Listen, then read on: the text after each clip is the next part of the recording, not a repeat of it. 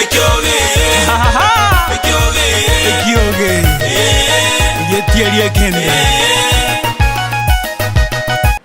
Good.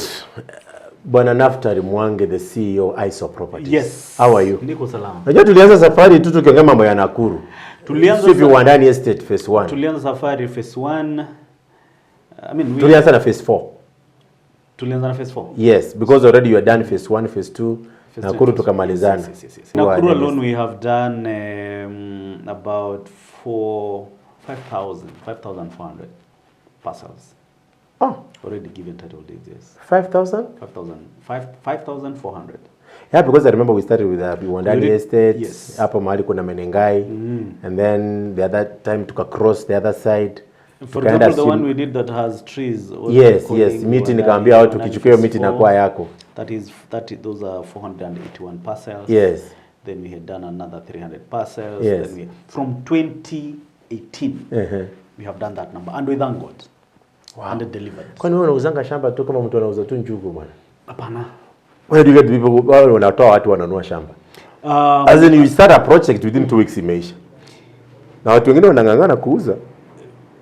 50% of our customers are referrals. Okay. Yeah, from existing customers. So what we do, we have a club. Okay? We have a family. Where once you buy, we put you in the family. Okay. So when we have a new project, you either buy a second one, or when you refer someone, we pay you. So we have got a program called You Refer, We Reward. Wow. Yeah. Now tell me, Kitengela. YRWR, You Refer, We Reward. Kitengela is awesome. We did the first project in Kitengela in 2019. Where we went, we discovered people build very nice. Lush. It's called Lush.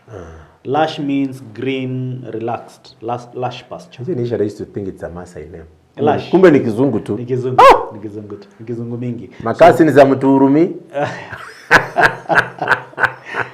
Wamanyire Rusungu. So yes, there was phase 1. So there was phase 1. Mali kulikuwa na hizo nyumba zilikuwa about 100 units. Yes. We have, and you can see what our customers have done. Yeah. And we are very very beautiful. You know. So imagine someone buys land at a cost of 500,000 Kenyan shillings. Yeah. Or right now we are selling at 800,000 Kenyan shillings. Yeah. But they have done a house worth 10 million Kenyan shillings. Uko nyumba zimeweka. So it is when you go back to the projects we have sold that you realize, you know what? We touch lives. You know, we house people. Put a shelter on people's heads. Yeah. More than 1,000 customers from 2018. If you go to Viwandani, if you go to Kitengela, if you go to Kangundo Road, houses and houses and houses. And those are people who are not living there. That is one story you never told me. How did you get into this? This business sometimes is very murky and it can be... It's very murky. Kora iko hapo mingi, so you have to be very keen. Thank you. Apparently, I did not learn this business from the streets, okay? So I was doing... Can I show you something here? I was doing... this is a certificate of recognition. Oh, okay. It used to be with Standard. Given in 2010. July 2010. Okay? And I used to be in the bank at Standard Chartered, and part of what I was doing was mortgages. So that is how... And I'm just from a meeting from another girl who was working at the same bank, and she's doing her own business. She resigned. And a story for another day. Okay. So that is where... So you used to be there? That is where I used to be. Yeah, that is used to be. Ukaangalia vile watu wanakuja kuweka pesa ukajua pesa iko hapa nje. Not really. Sometimes you stagger into opportunities. And I can tell you for a fact, many times you look at your salary and you think, you look at your salary vis-a-vis your siblings, your dreams and all that. But you train. I mean, I was there for 9 years. So 9 years was enough to learn something. And then jump into the pool of entrepreneurship. The first 2 years, ilikuwa ngumu sana. Nilitumiwa barua ya auctioneers. Sijui nikuonyeshe. Nilitumwa barua auctioneers mara mbili wakitaka kuchota nyumba yangu. Yeah. How was that? Just talk about that. How your story? So the truth is, your story. How was it? So I leave and I start the business, and business takes time to pick. And honestly, what we learn in school is not what happens out here. I can give you an example. When I started business, I have a list.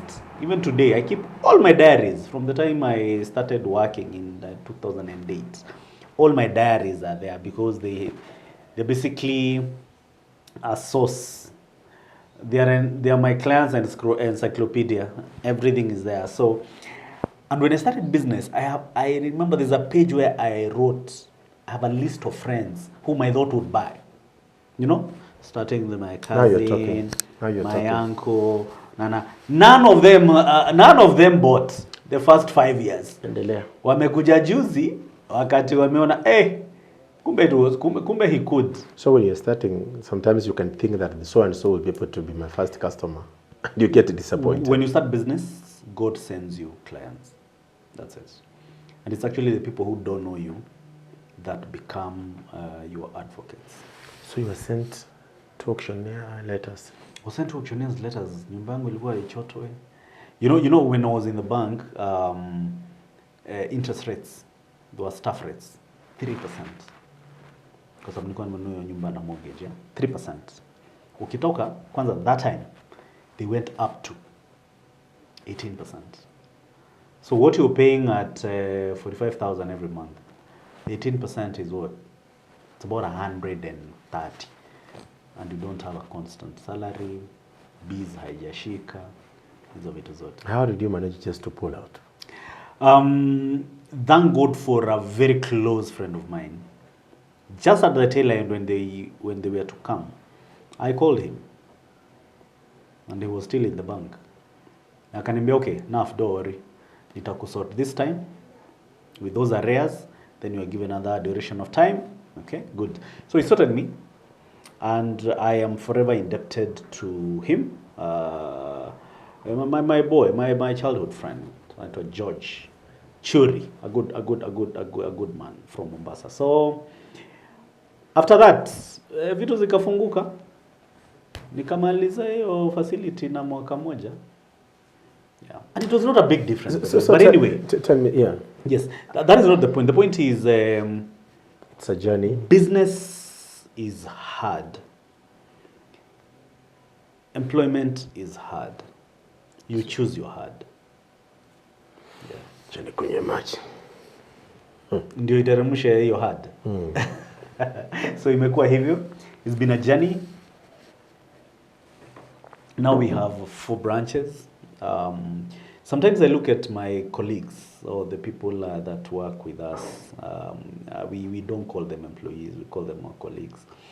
And sometimes many times they are happier than me. Yeah, because at 4:35, hey, adios, they leave. That is the time I'm left here to dream about the next thing. Yeah. And so I'm reading a very good book called Business Secrets from the Bible. Very good book. Mm-hmm. And I discovered one thing. Entrepreneurship is a tool that God uses to nourish humanity. Mm-hmm. Yeah. It is the people who are ambitious that employ other people. Otherwise, I could have just, my salary would have been enough. Mm-hmm. To feed my family. Mm-hmm. But what about this ambition? Why are you ambitious? So as you become ambitious, when God gives you the burden of ambition, mm-hmm. the burden of ambition nourishes the other person. Mm-hmm. The burden of ambition puts shelter on someone's head. Mm-hmm. The burden of ambition creates 45, 50, close to 100 people direct employment. Yeah. So it is a burden of ambition. And it's not fun. You look at someone who's running a business and you think, hey, Ujamaa, my friend, it is sleepless nights.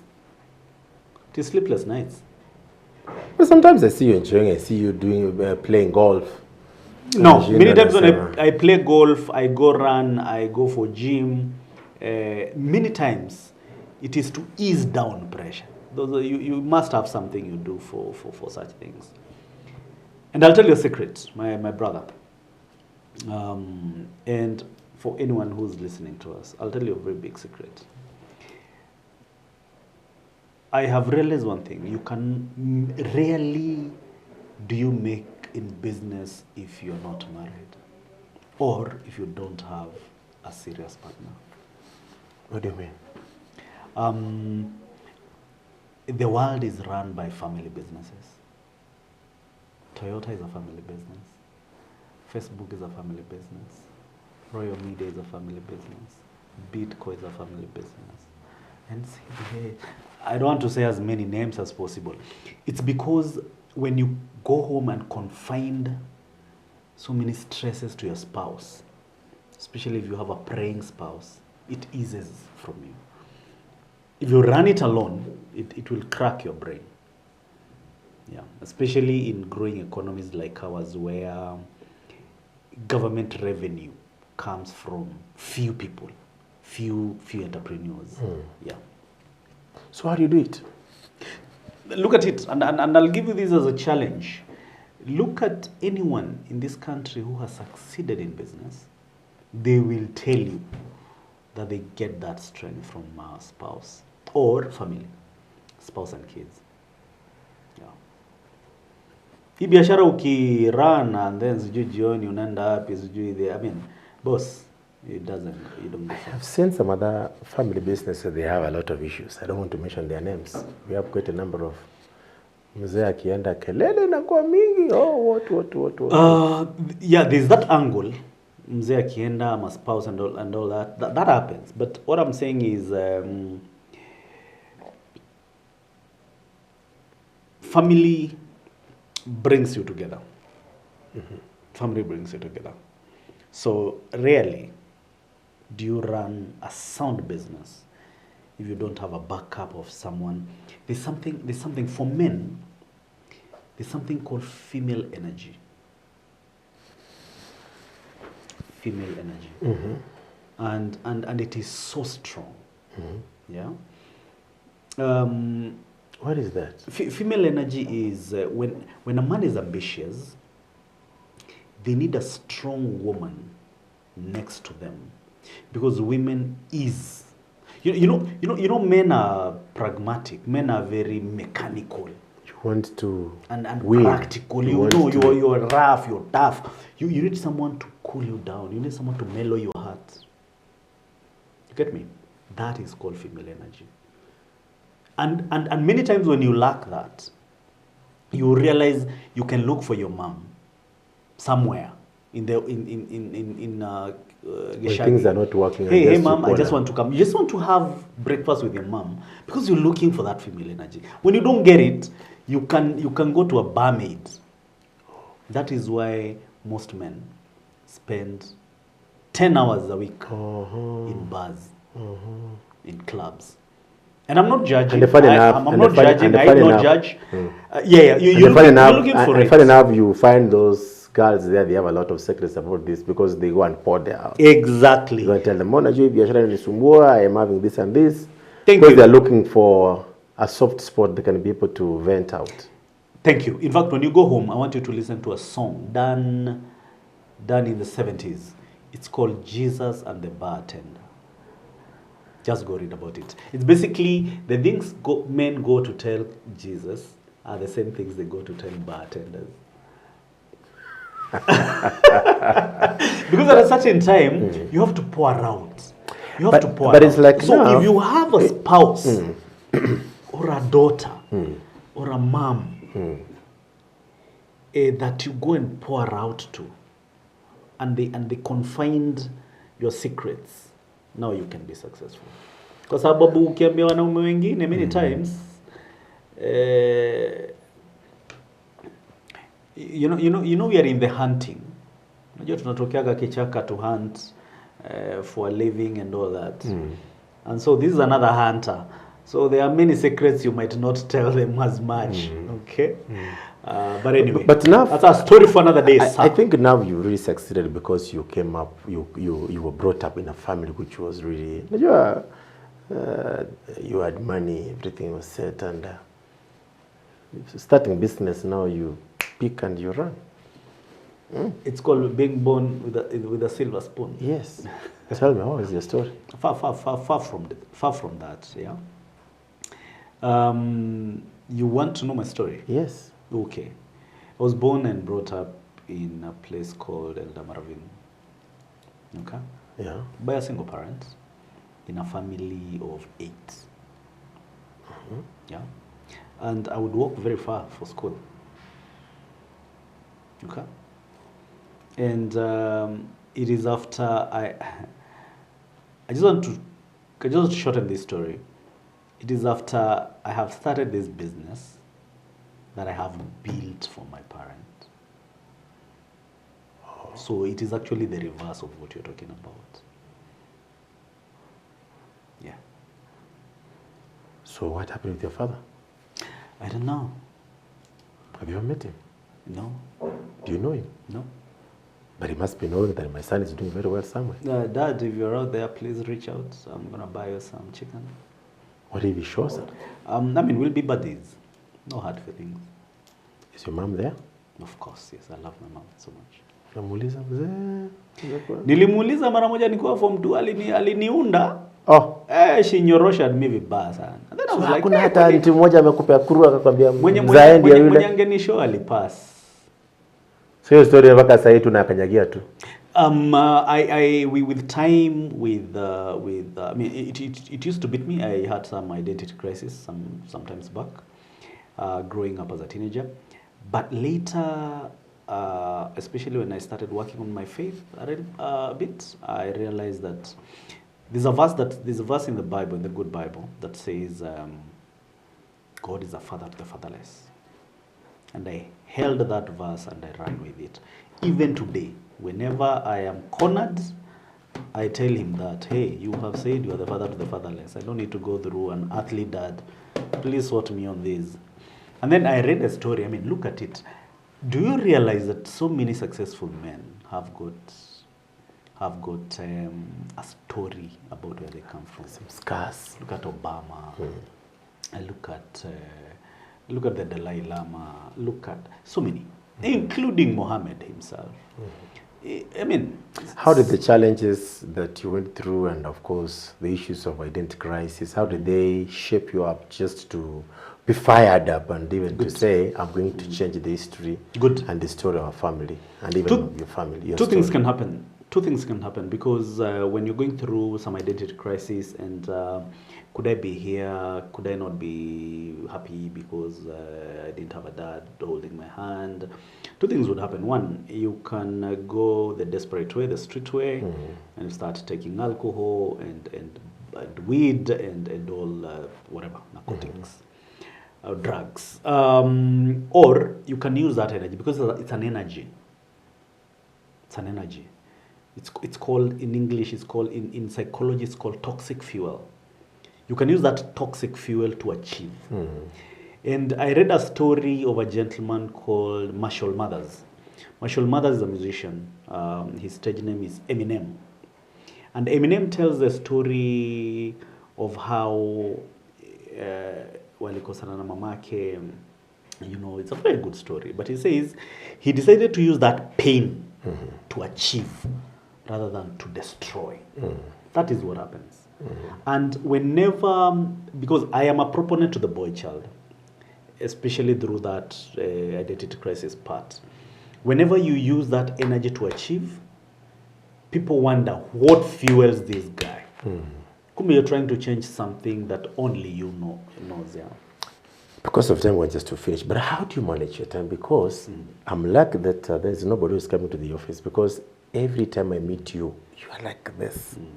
Like now this morning, we were supposed to be in a breakfast meeting. Oh, we were supposed to be in Mudaiga. And then I kept on telling them, I was at Mudaiga Golf Club and I knew you were coming. Yeah. And then your program is like, you're so packed up to a point I'm wondering, how do you manage so much projects? Because like now the other day we were talking about a project in the Concert City. Yes.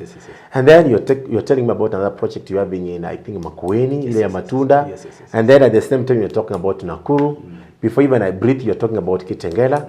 And I'm very sure right now, even as we are talking about the projects which you are selling, still the others. The other day you took me to Malindi, Pishimwenga. Oh yeah. Uko kwa. So how do you manage? Me probably because also some of these things you can do them and then they can break you down. How do you manage your time yes, internally here at Hyssop we say it is called paying the cost of ambition. I think I don't have much social life for sure, and I'm not successful, not yet. We have not scratched anything, but I'll tell you this. That's according to you. Yeah, for sure. Many times. That's according to you. Many times. And can I tell you something? Look at even the kind of office you're having here. I'm doing downstairs, this side, my friend. And I'm in school. You're doing in school? Yeah. I'm doing a law degree. Why? Because I want to understand law and real estate. No, I don't want to practice. I don't want to become an advocate. I just want to understand the law. I think it's the next frontier. So you're doing class? The law clashes with technology today. The law clashes with business today. So I want just for knowledge. Yeah. So yeah. So you get time to read? I get time to read. I get time to work.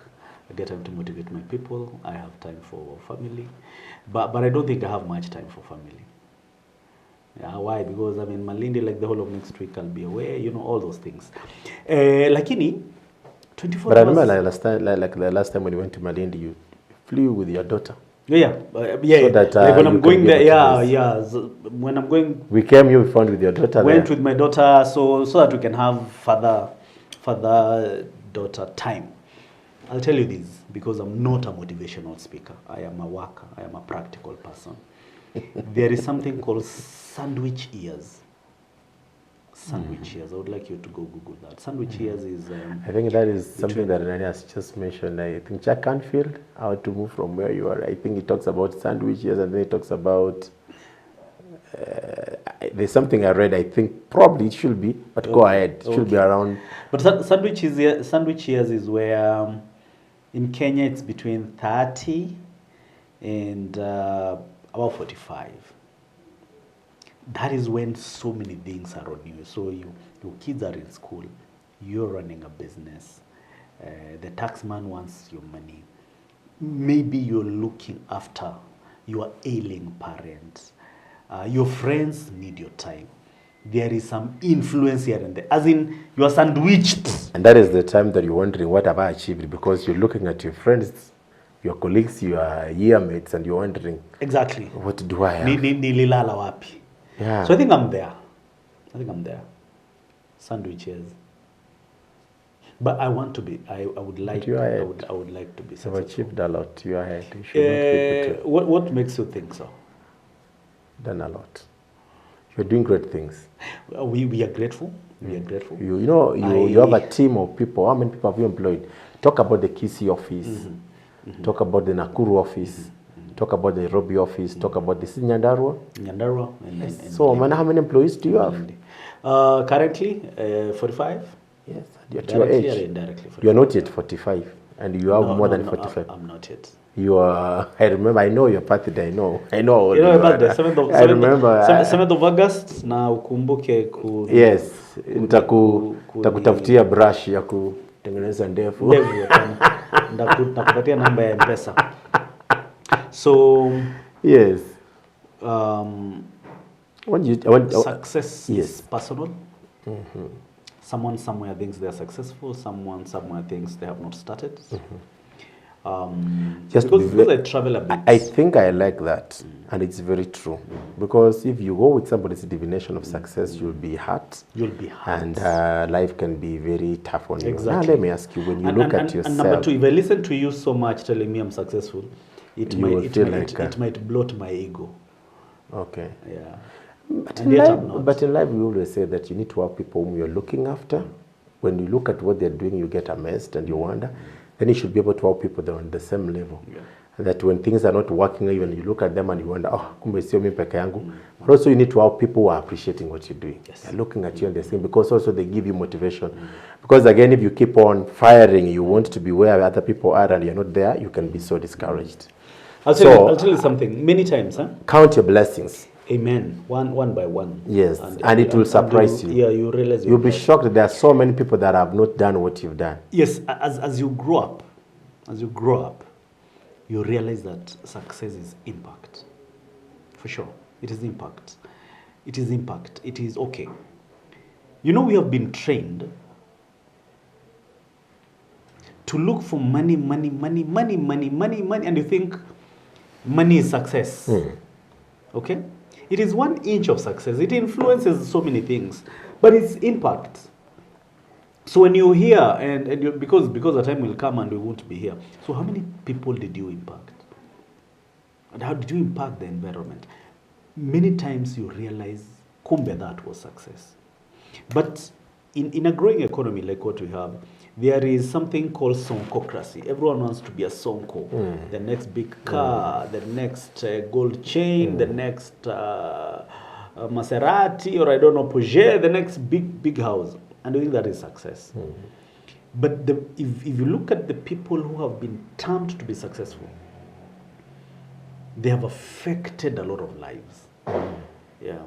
Because I started by telling you, when God gives you ambition or a vision, it is supposed to nourish others, directly, indirectly. How many kids do you pay school fees for? Directly, indirectly. How many? Because even if you're given the whole world to live alone, let's say you get a whole island, 10 acres somewhere, you know you can't enjoy alone. So it's about the other person. It's about impact.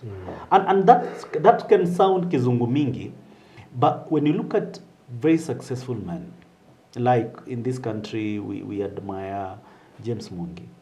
Look at what he's doing with Wings to Fly. Creating leaders and hedging his business for the future. That is success. That is success. It is not this guy who gets this tender or becomes, I don't know, a member of parliament and steals all the money so that he can have about 5 billion shillings in the bank and thinks he's successful. No. That is not success. Success is impact. Success is impact. For sure. We want just to leave it at that point. Success is just about impact.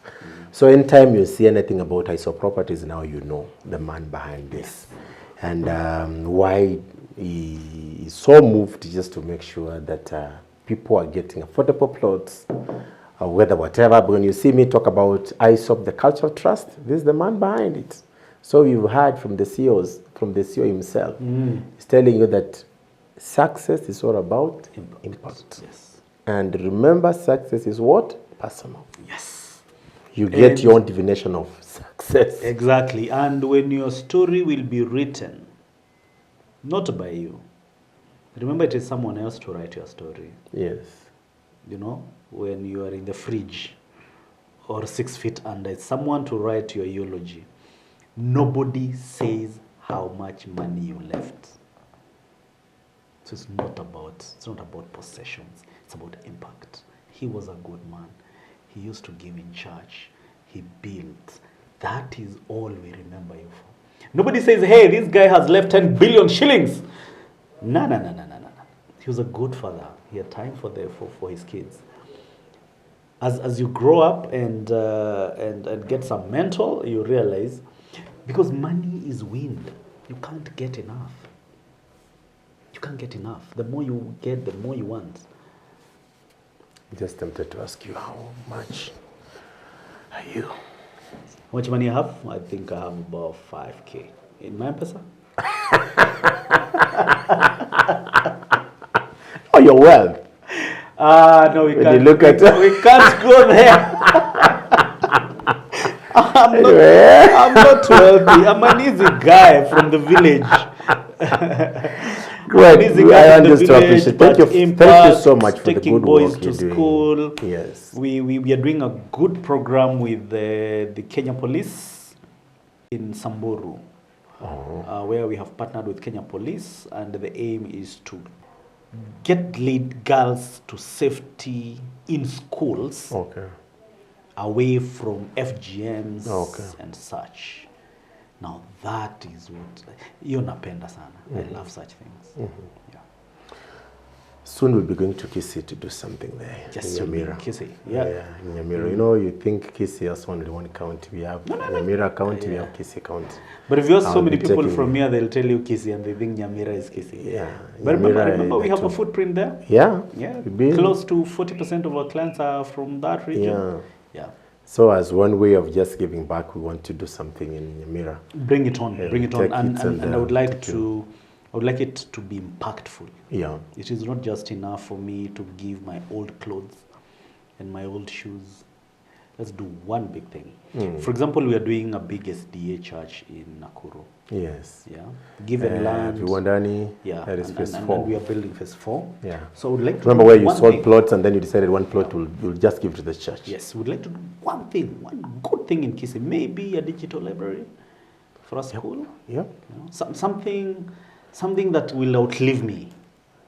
Not a few clothes now and a few we'll do loaves that. of bread. We'll look for ways of combining efforts and we do it in my village. Kabisa. Please. It's called Bomorito. Bomorito? Yes. Okay. That is where Okay. I come from. Okay.